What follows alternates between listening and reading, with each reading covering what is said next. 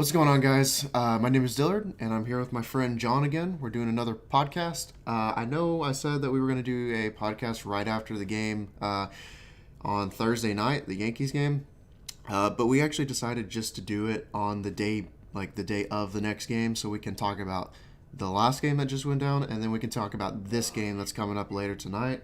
I know the only thing that I know about tonight is that we have Paxton taking the mound, which is awesome because Paxton is my favorite player on the Yankees. If you didn't know that, no, it's not Judge or Gleyber Torres. I usually go for the guys that are pretty underrated, and I think I don't think enough people give Paxton enough credit, especially if you didn't watch him in Seattle. And I watched him a lot in Seattle, so that's why I was so excited whenever we got him to the Yankees.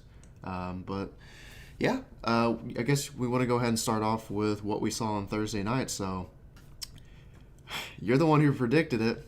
So, I mean, I predicted Judge, you predicted Stanton. Stanton looked outstanding. At least I can say that Judge looked outstanding too.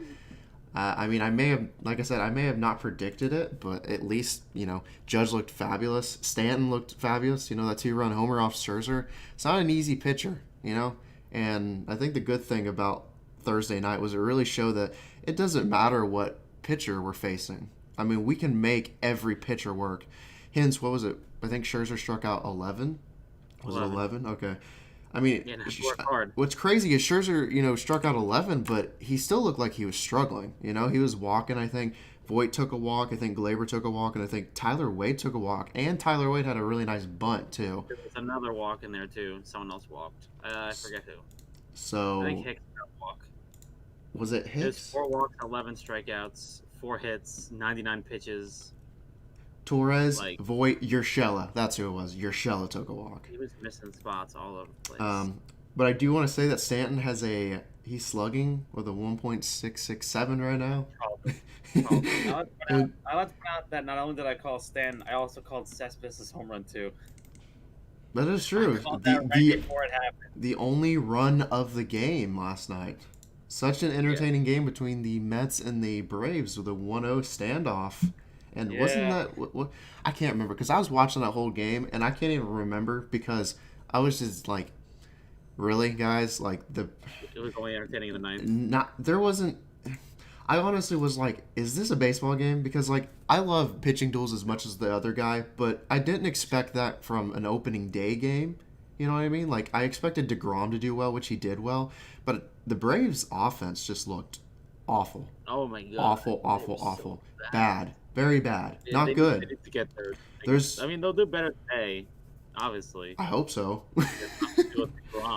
I mean, you have Swanson. The Mets probably don't have Lugo. I mean, they might have Lugo. I don't know if they want to push this guy. I mean, they've got like 10 games in a row. I don't know. I bet they pitch Betances tonight. That'll be interesting to see his debut with the Mets. I feel like they don't have an option. They probably have to. I mean, I don't know who's pitching tonight. I'll pull this up on MLB. Well, I know the Brewers and Cubs just started just now. Not that we really are focused on that right now this particular time, but who are they? Oh, they have Max Fried versus Steven Matz. That's who's pitching. So, see how that goes. But anyways, basically for the game on Thursday night, though, I felt pretty good. I would have preferred that the game didn't get rained out in the 6th. I would have rather played the whole game just because, well, I want to see a full baseball game and I don't like seeing rain delays and not hearing the sad, I swore to protect this island with my blood. Sad saxophone music. Sorry. I just heard like a loud advertisement on ESPN just now. I don't know why. I just got bombarded by a nuclear whatever. But yeah, the Yankees just looked really, really, really good. They did. I was very proud of the guys, how they worked through the at-bats with Scherzer. Scherzer did strike out 11, but he walked 4, and he just looked a lot shaky. I was surprised. I was genuinely surprised that Scherzer came out and pitched like that. I honestly expected more from him. I expected him to be coming out. I mean, I know it's opening day. I'm not saying Scherzer's washed. He'll be back. The next start, he's probably going to pitch, 7 innings and give up 1 to 2 runs and strike out at least 10. I expect that from Scherzer in his next start. He's going to be back. But still, I mean, to see that Scherzer right now has a 6.75 ERA, that's just That's so weird. But at least Garrett Cole. Garrett Cole may have gave up that homer to, what was it, Adam Eaton. And in Yeah, the in beginning, the first. Garrett looked a little spotty. I don't know if it was like maybe opening day jitters, realizing that this is his childhood dream finally coming to reality, his first actual debut as a New York Yankee. Maybe it was the jitters. Yeah. But That's what I think happened. He said that in the interview. He was like, "Yeah, this is happening. This is it. I'm here. I'm a Yankee now." Like it hit him, and he was a little amped up. But the good thing is, I think, at least as the game rolled on, he started to get stronger, and he started painting those spots more and more. So I think now that we got the first opening, and if that's a game where he has jitters, I'm fine with that because he still pitched okay, you know. And I think you said this last night when we were talking about it, but Garrett Cole, with the way that he throws that fastball and the vertical and horizontal movement that he can get away with mistakes throwing that fastball, you know? So, overall... Yeah, when they're both missing their spots, but like you can generally get away with it when you're throwing 97, 98. I mean, Scherzer not so much. I mean, they were really good at hitting his mistakes. I mean, it really came down to a game of who hits the mistakes better, and the Yankees just crushed his mistakes. It felt like every time he made a mistake, they were just right on it. Like, Stanton killed that pitch. Judge roped a double and a single. I mean, like, they really ruined his mistakes. Like, they made him pay. I don't know. The Nationals didn't seem like there was a really bad mistake pitch. I forget who it was. I want to say maybe it was Michael Taylor. But Gary sets up low. Pitch ends up like dead middle, like right below the belt. I'm like, oh my god, this one's gonna be a home run, and he just popped it up to Aaron Judge and right. It's like, thank God. But it could have been a lot worse. Like he pitched okay. Like I'll say that. I'm not gonna say everyone wants to say he pitched great. I think he pitched good. He definitely was a little bit off. Yeah. But less off than Scherzer. Whoa. Yeah, for sure. But at he least sure got thrown. But like they were swinging early. They didn't want to get in the long counts. and that's Gardy and Gary were 6 of those strikeouts. that's what makes me really happy though about this lineup, because this lineup is so destructive. If we can get through 4 runs like that on Scherzer, man, the possibilities are just endless with this team. The only thing that I will say, which I mean, I think he'll come out of his shell like he usually does. He'll get on this hot streak, but if we're being honest, Gary Sanchez, if we're not talking about behind the plate, he looked good behind the plate. But in terms of at the plate, swinging a baseball bat, he did not look good at all. So yeah, that's okay though. I mean, it's Scherzer. I mean, that slider, Gary couldn't make contact with that slider one bit. That he was having major issues with Gary that was pitch. just reading fastball on that slider, and he's just like, okay, I'll just swing at it.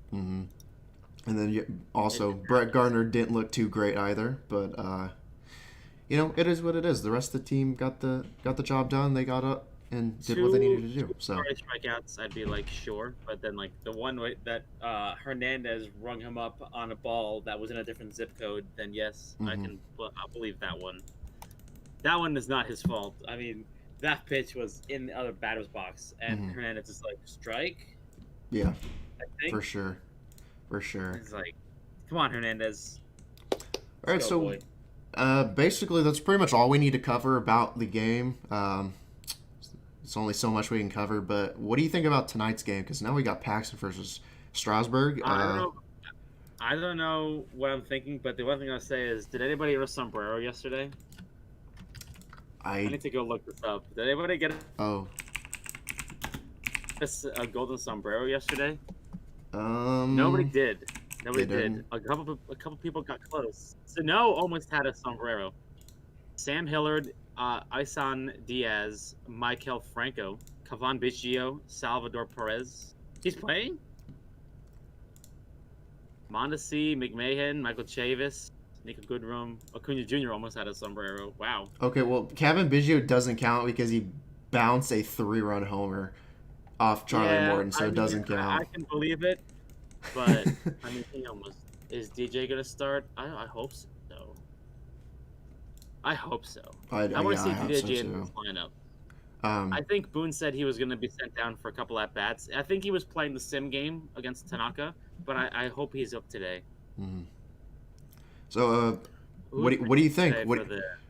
What do you think is going to be a realistic outcome of this? Because, I would like to hope, knowing That'd that be a tough Paxton is game. my favorite player, that Paxton comes out and pitches 6 innings, gives up, I think he's going to probably give up 2-3 runs, maybe. Strike out I think if he makes it out of the first inning, I 7, think he'll 8, be okay. maybe. So, If he gets through the first inning, okay, he always has first inning struggles. I feel like if he makes it through the first inning, okay, I think he'll be just fine. It's gonna be tough to face Strasburg, but considering we hit so well against Scherzer, I'm convinced it's gonna be okay.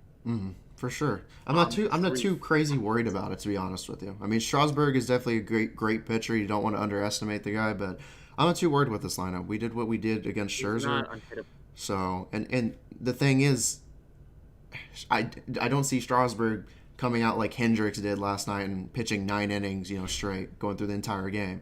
So we really also like our have time. chances. Yeah, we have time to get to their bullpen too. So there's that as well.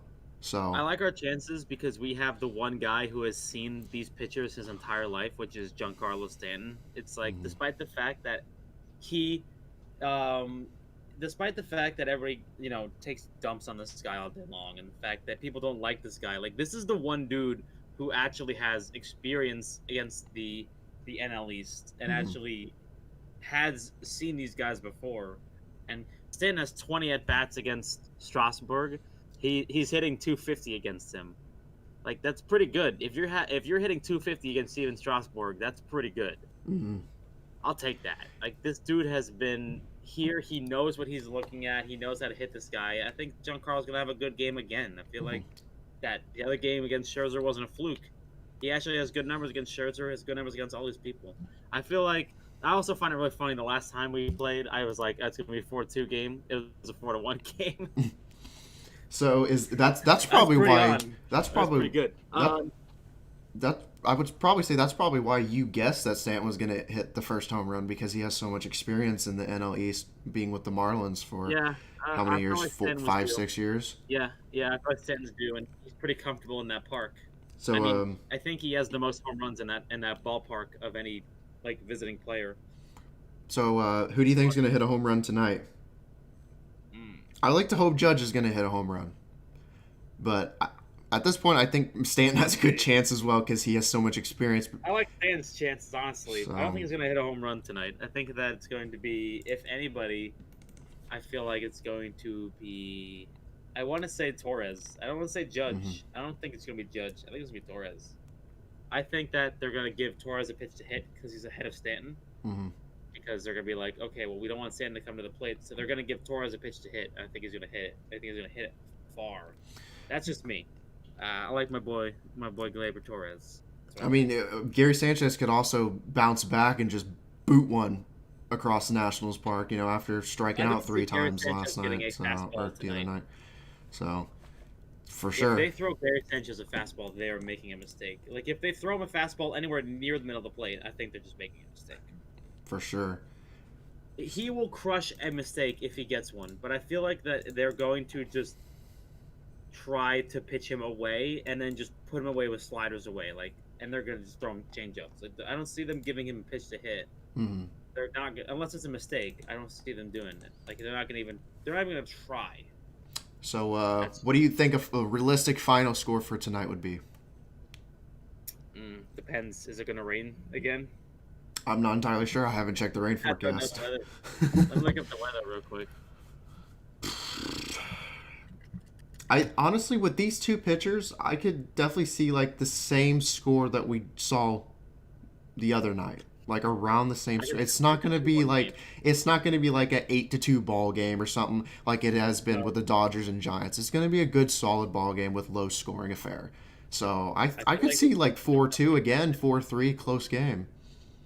I feel like it'll be a close ball game, similar 3-2, 4-2. I feel like that even if Paxton struggles early, I feel like that we will find a way to get to Strasburg and we will find a way to beat up on that bullpen. And then, that doesn't count our bullpen. At the end, I feel like we'll have the bullpen to go the distance. I feel like we've got a really good chance. Again, fully rested bullpen. Paxton in quote-unquote best shape of his life mode right now. Playing for a contract next year, I feel like you're going to see Paxton come out firing. new pitching coach Matt Blake knows what he's doing. He's going to have Paxton using that curveball. I feel like that this is going to be a renaissance year for Paxton. I feel like he's going to show up. I'm ready. I love that you said that because I hope so too. At his full potential. And if he's got that knuckle curve on, boy, he's literally on. Like, he's at his best when that knuckle curve is on point. And nobody's going to hit that pitch. That pitch is so hard to hit. Last year, Paxton was great. 15 starts, 29 starts, 15 wins. Strikeout a 9 ratio of 11, which, for those of you out there who like stats, when Severino pitched to a 2.98 ERA in 2017 and had a second-place Cy Young to only one Chris Sale, his strikeout a 9 ratio, which I think he struck out 238, something like that. Like, he struck out a lot. He only struck out 10.7 per 9. Paxton had more strikeouts per 9 than Severino did in that year. Crazy year last year. Like, this dude's nuts. Anybody who and he did that in a year where the baseballs were flying out everywhere and where nobody can strike out anybody unless you're Garrett Cole and Verlander. And I was just looking at Statcast. Whenever he was throwing his knuckle curve, hitters had a 178 batting average, 288 slugging, 229 WOBA. Yeah, that's on that's knuckle curve. Yeah, I mean the thing to notice is you just need to see that if he's throwing the curveball early and not as just a put away pitch, you want to see him incorporating that, and you want to see him really using the high fastball as a put away pitch, and then you want to see him get that cutter involved, hopefully effectively. You want to see those swings and misses low and inside, so that way it sets up the high fastball away. That's what we pray for. He's got good stuff. So high fastball away, they can't get it.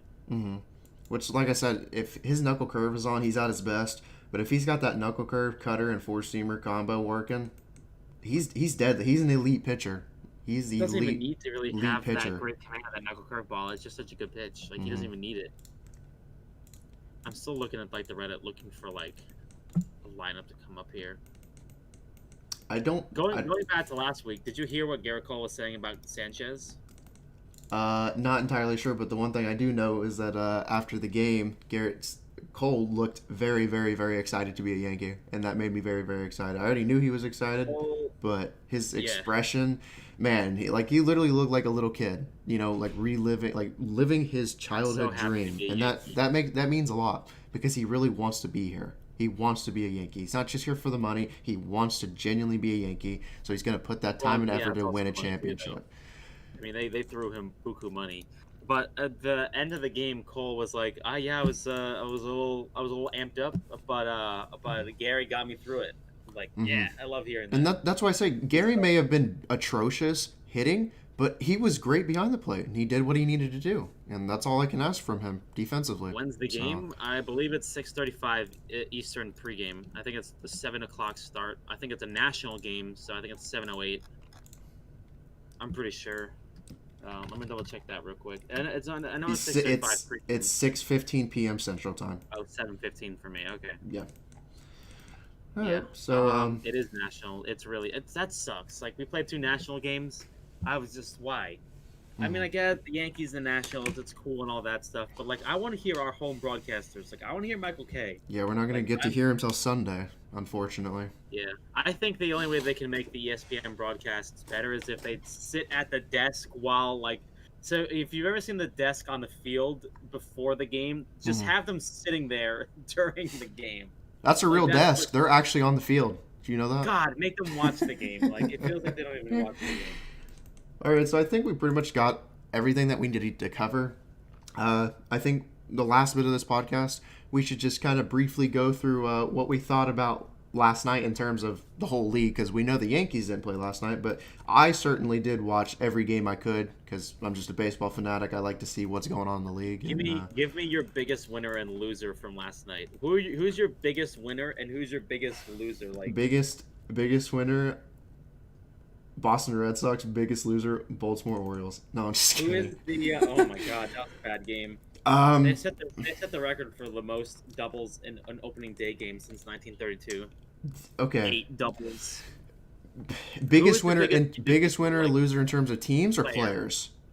Who's your biggest winner and player, and who is like the? I know. It doesn't be like a loser. It's just like, who do you think just like suffered the most? Okay. I think I know. I have an idea. Biggest winner, This might Yeah, come as a he's shock. Who knows? I got to go with my man because I love the guy. He's so underrated. no. Max Kepler.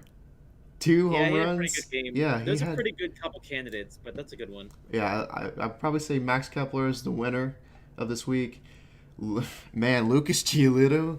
Oh boy, he's considered a loser. He did not look like that was not what I was expecting at all. Not Lucas at all, Giolito. man. Oh my god. Sucks. In terms of teams, I know they played the Tigers, but the Reds are definitely winners. They're going to look solid this year. I expect them to win the Central. I really do. They're a good enough team now. They have the pieces that they can do it. Moose looked outstanding. I know you say you're kind of on the edge with him, but Moose definitely looked outstanding last night. Moose showed up after I talked all that trash about him. You could say Charlie Morton was a loser too. Charlie Morton's got a 13.50 ERA. After giving up that 3 bomb to Kevin Biggio, it's pretty much like, okay, we got to pull this guy. I can tell you that, in my opinion, I think that I liked Kyle Hendricks showing up. But if I had to pick a biggest winner, I think it'd have to be Eric Hosmer, who showed up and literally added a full WAR to his stat line last night. Yes, Eric Hosmer popped 6 runs. He was bringing back some like Kansas City glory days. He drove in 3 RBIs in back-to-back innings last night. Like, my God. Yeah, the Padres kind of went off. Like, I mean, it was slow the game was slow in the beginning, but then they got to Bumgarner and it was like they just took off. And that's another team. Let's do this in a logical order. We'll do this in a logical order so that way we're not dancing all over the place. I'm going to pull up the scores page, and we can talk about the games for a little bit. We'll go back to the 24th here. All right, so do you want to start at the top of the scores page? Mets Braves? Definitely the most uninteresting game to watch. At least the good thing was the one thing I did expect was DeGrom to pitch as well as he did because he's literally the best pitcher in baseball, and that might get some controversy from Yankee fans who think Cole's the best pitcher, but as of right now, DeGrom is still the best pitcher in baseball. So that's pretty much it. I guess also Diaz got a save and didn't blow the game. That's entertaining enough. He tried so hard. I know there was that highway robbery from Ender, but other than that, the Braves had nothing. I mean, Freeman. I mean, the only thing I could say is Freeman walked twice. That's basically the only thing that came out of the whole entire offense was Freeman walked twice. That's about it. Freeman walked twice. Acuna struck out 3 times. So, I mean, Acuna got 1 hit, but he struck out 3 times. It was a broken bat single. I don't consider that a hit. I know entire Braves Twitter is basically writing about Austin Riley. They don't want him in the lineup anymore because he struck out 3 times. One game. It's one game. I didn't even know who their catcher was, Alex Jackson, until he looped a ball over. Third string catcher. Looped a ball right over over what was his name, Mike Soroka, and then, I mean, I really can't say too much about the Braves. They just looked terrible. That was a terrible, bad game. terrible. And the Mets come back the next day and you play again. Hey, you remember when you were saying you were like questioning Brandon Nimmo in the leadoff spot? At least Brandon Nimmo got 2 hits last night. At least he got 2 hits. It's okay. It's all right. Look, a broken clock is right twice a day. Well, Pete Alonso is. I don't see it. I don't see it. I mean, they love the guy. I don't see it. Like, as an outsider, it doesn't make sense to me. Like, I guess it's because he has a good on-base percentage, and he can steal bases. I guess. Like, they're going traditional leadoff guy, I guess. But I don't want. Well, I mean, I guess we're Brett Gardner leadoff. We had a guy hitting 250 in leadoff. Like, I guess he sees long counts and he fights. I guess that's why he's in there. But as an outsider, it doesn't really make a lot of sense to me. Alrighty. Pete Alonso didn't look solid. I mean, McNeil got 1 hit, but He had that base running attempt at third where he almost like broke his leg. I don't know what that steal attempt was. That was America, we want to help get you I back to. specifically remember Don LaGreca yelling about this, where he's like, "What do you mean the guy can't slide? It's basically falling down." Yeah, like I really don't know what attempt that was, but I think enough needs to be said about that game. I guess the next one is the Reds and Tigers. I mean, Sonny Gray looked great. The whole Reds offense looked great. Moose completely proved you wrong. What did Moose do? What did he have? I gotta look this up just so I know for sure. I mean, there's nothing really you can say about it. 3 for 4, 4 RBIs. Hit a ball to the next stratosphere. Yeah, Moose had a hell of a debut with the Reds. Very impressed. Joey Votto looked good too. Joey Votto looked good. That was cool. Yeah, Joey Votto really showed up. Suarez, surprisingly, didn't get a hit. I thought I would see something more from him. Castellanos. Error too. Galvis got a hit. He had, I mean, overall the Reds just looked really good, especially Sony. You know, only gave up 1 run, walked 2, 9 strikeouts. Show up. I'm pleased. Probably the last thing I'm gonna say is Matthew Boyd just looked terrible. Did not look good at all. Yeah, he had a really rough start. I Very mean, bad. I can expect Cole to be excited to be a Yankee, but I don't know how Matthew Boyd's excited to be a Tiger. And then Okay. David McKay has a 54 ERA on the Tigers. Oh, So there's that too with a 6 whip. So maybe I'll change him to my biggest loser. I mean, do you have anything else to say? I mean, that game was pretty easy for the Reds to win. So Poor Austin Romine. And then poor Austin Romine and Cameron Maybin because now they're stuck in Detroit. So next game, Rays and Blue Jays. Interesting game. Yeah. 6-4. It wasn't like it was pretty close game. So What do you think about the Rays' new power hitter? oh, you know who I'm talking about, Yoshi Otomo, right? Yeah, Yoshi Otomo. He's gonna be good. I thought it was like Tsutsugo or something. Yeah, he's gonna be good. I have a lot of faith and confidence in him, which I wish I didn't because obviously the Rays are in the Yankees division, the AL East. But yeah, he's gonna be good. He's gonna be a solid hitter. Playing in bandbox stadiums, it's gonna be scary. No, thank you. And then, well, pretty much the biggest thing, without a doubt, which put the Blue Jays over them, was that 3-run homer from Biggio. They really worked Morton hard. Yeah, Morton, 13.50 ERA, 6 earned runs. Not great. Hinch and Ryu. Not ideal. Hinch and Ryu really didn't pitch all that great either. 4.2 innings, gave up 3 earned runs. The thing that I saw that was very interesting about Ryu is, he's not going to be a guy that overpowers you. I think a lot of people already know that, but I will say, when Ryu comes up to pitch, Bichette is going to get plenty of time. Bichette is going to get so much time practicing. So I hope Bichette becomes somewhat of a decent defender at least, because he's going to get a ton of ground balls with Ryu on the mound. He's going to get a ton of practice. Yeah.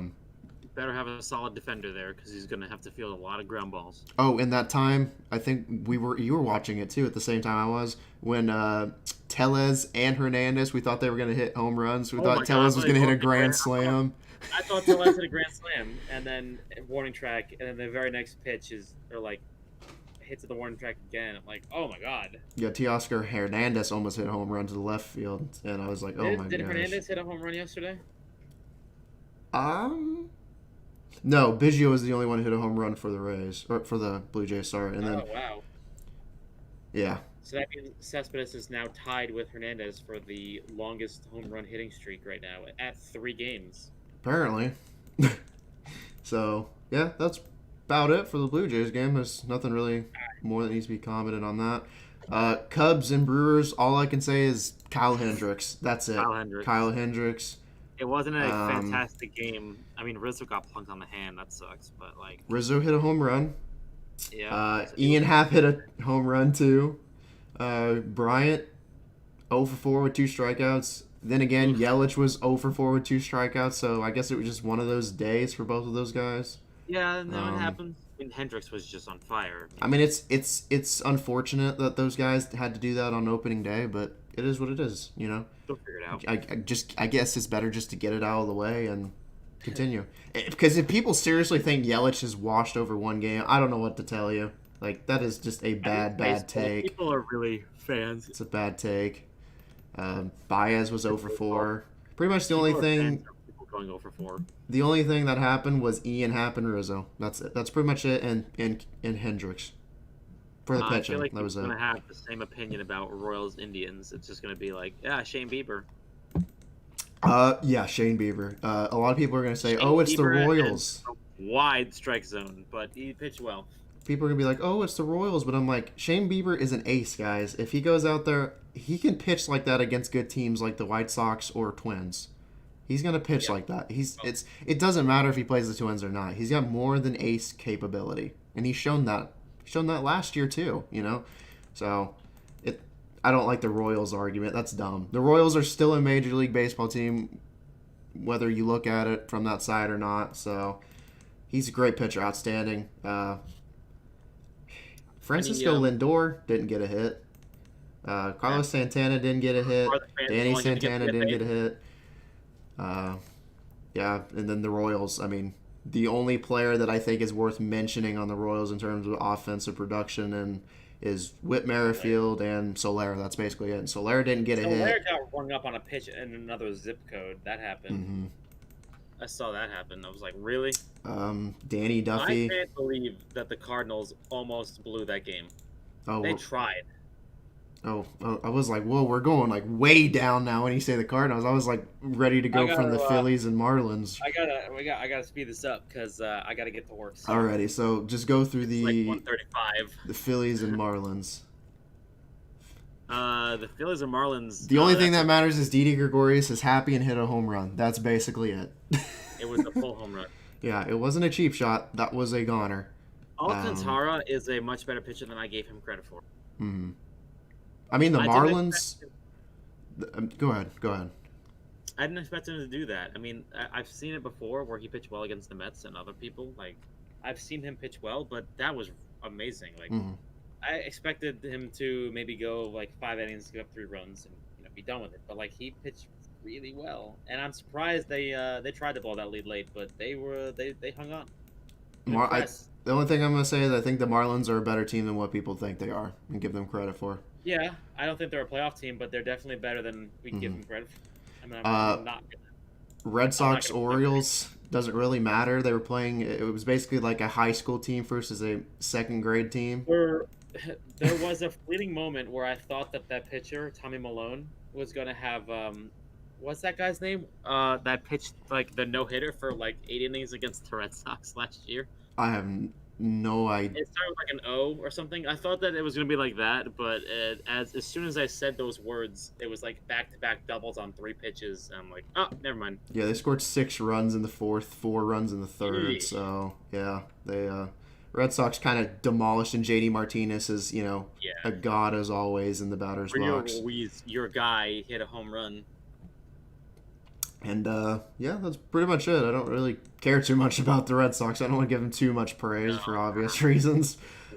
Rangers and Rockies. Eovaldi pitched well, but it was the Orioles. I mean...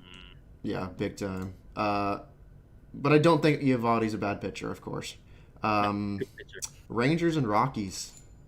Boring. Don't really care. Joey Gallo didn't do anything, so I don't really care, to be honest with you. Lance Lynn, the god of pitching on turf, has continued to show us he is a good pitcher. Yeah, he threw 108 pitches. That's good. That's pretty good. Did he go 6 or 7? Mm-hmm. No, he went to 6. 608 pitches. Damn. So, gave up 4 walks, though. But, yeah, he looked good. And the Rockies are still a disaster, apparently.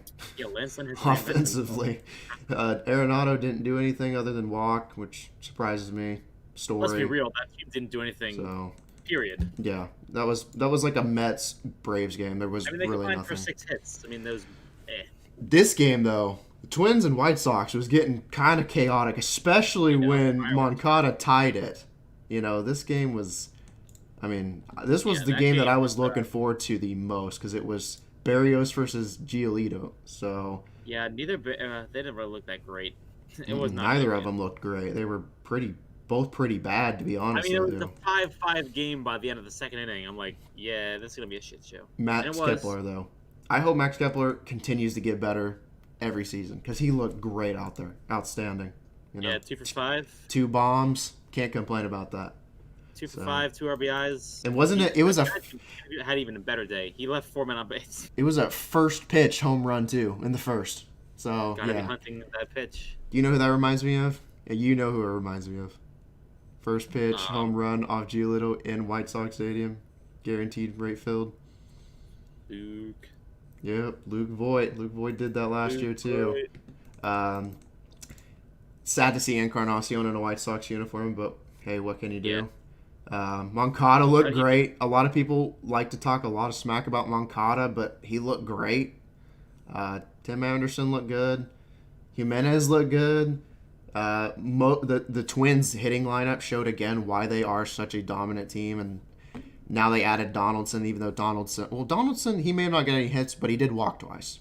You can't complain about 2 walks, so. I need a hot take from you. What's that? Madison Bumgarner. What about him? Wait, how did you think he pitched? Madison Bumgarner. Here's the thing, because that was one of the games I actually did watch most of the game of, and wasn't just like switching in between games. I think he pitched well. I think that they left him out in a crappy situation. They should have pulled him out when there was bases loaded. I don't know why they left him out in that situation. So they left him out because they don't have a bullpen. I don't know. I just don't think you keep Bumgarner on that situation. Can you name one person in their bullpen? The Diamondbacks bullpen? Yeah. I could name Junior Guerrera. That's it. Kevin Ginkel. Is that who that is? Yeah, but he had a 54 ERA. You know Kevin Ginkel because he has a higher ERA than our ages combined. Yeah. Like, seriously.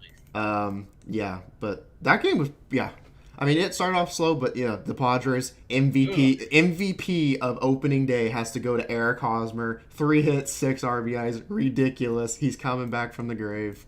He's bringing back the Kansas City Royal glory days. So there's that. Astros Mariners don't really care, to be honest with you. We kind of already figured that the Astros were going to blow them out of the water. Although it was very funny to see Altuve get absolutely buckled on a breaking pitch. Absolutely buckled. Could not do anything on it. And I'm like, well, I guess that's what happens when you don't have cameras out in center field helping you out. So I mean, that was a nasty pitch either way. That was like his soul left his body on that pitch. Cardinals and Pirates. That was actually the only game that I didn't watch at all, just because it was a better game than you chalked it up to be. Yeah, it was a better game. I just figured the Cardinals would not curb stomp them, but I just don't. The only player that I like watching from the Pirates is Joe Musgrove's okay. Oh, Joe Musgrove. But in terms of offensive production, Brian Reynolds and Josh Bell. That's about it. That's about it on my spectrum of interest as far as the Pirates is concerned. Do they still have Starlin Marte on the Pirates? No, Starlin Marte is the Diamondbacks now, isn't he? Oh, okay. Yeah, Diamondbacks. Is it free agency? Yeah. Okay, I wasn't sure if he was still there anymore. Like, that was the one guy they got excited about. Chris Archer's out there doing something. I don't know what he's doing. And then we got 2 more to cover real quick. We got the Giants and Dodgers. Well, there was did you see the butt fumble? The first butt fumble from Chris Taylor. Chris Taylor ran right into Pablo Sandoval. Yeah, I saw him see that? Pablo Sandoval, yeah. So, damn. basically equivalent. Taylor.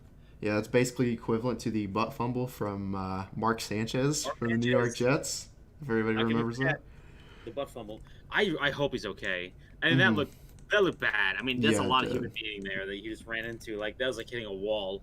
Yeah, Sandoval is huge. Yeah, definitely. Jeez. He's a big guy. Big guy. But I don't really think much needs to be said about that. I mean, just like on opening night, the Dodgers curb stomped the Giants big time. The Giants have won 6 straight games against the Dodgers. I think they've won by a grand total of 45-4.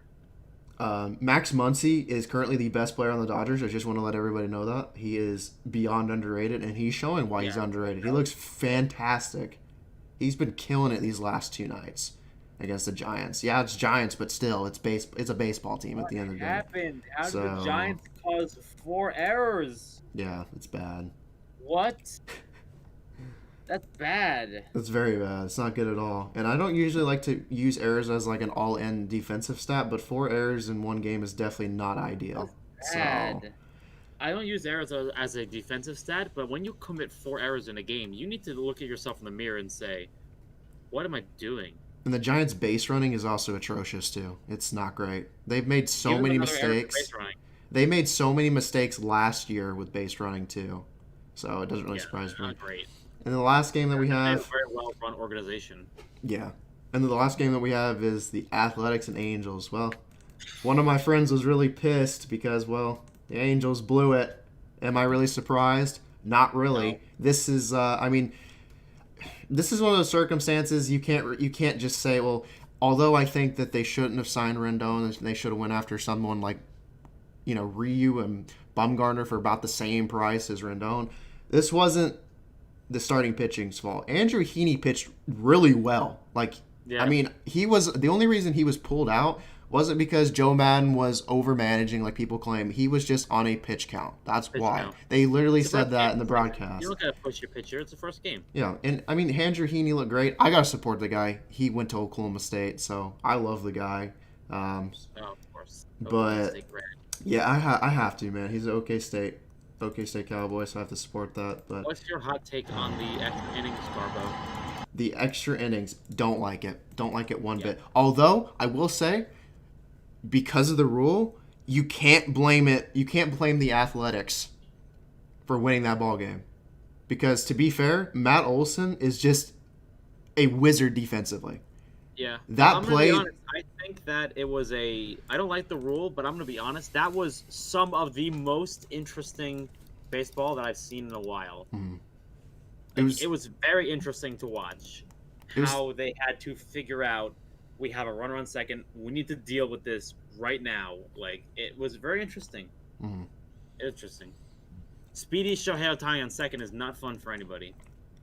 Which, I mean, he made definitely a base running mistake, but let's more talk about that throw from Olson, just quick and immediate. That dude is such a good first baseman. Decision. And then only for the next, half inning for him to hit a grand slam and walk it off. Like Olson, Yeah. people need to pay more attention to Olson. He is better than what people realize. He is so good. That's why I think that despite the fact that I don't like the rule, I'm okay with it. Like in this situation, it didn't matter. It really legitimately. That's the thing. didn't The matter. Angels screwed themselves over. That's what happened. They just made a mistake, and the I mean, Athletics somebody woke up and capitalized said, on it. "Oh, So. I don't want to pitch to Chris Davis. I want to pitch to Matt Olson." Mhm. Okay, I mean, you had a chance to strike out Chris Davis. Mhm. He's a guy you can definitely strike out, and you're like, "No, I want to pitch to Wilson. The base is loaded, so I can get a double play." I'm like, okay, sure. And Fine. and that ended up costing them because Olson literally booted that ball. Olson- That was not a cheap They said- shot. Yeah, they said, "Yeah, let's get the lefty-lefty matchup against Matt Olson." Yeah, how'd that go? And that was literally, I want to point this out before we go. They literally, just before that grand slam that Olson booted out, they just took out Robles for Milner. That was Milner's first pitch. His first batter, yeah. that was his First pitch, first batter. Yeah, for the lefty-lefty matchup. They did Yeah. that, and it didn't work out. They tried it. I feel so bad for Trout, man.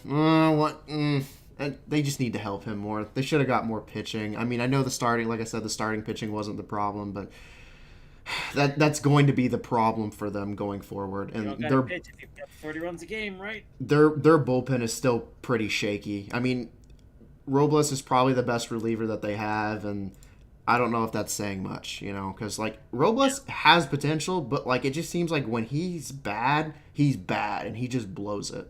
There's I no thought in taking him out was a between. bad idea. I genuinely didn't. I don't like the lefty-lefty matchups. I think that lefty batters nowadays are so good that they can just overcome it anyway. They're so used to facing lefties that they can automatically now just hit lefties. I don't think it's really an advantage anymore. I don't think it's that advantageous. Yeah, I think it's silly. completely agree. So that's about it. We just want to go through all those games pretty quickly. I know we. Pitcher in there to face a lefty who can hit about 7,000 home runs. Oh, who are you talking about?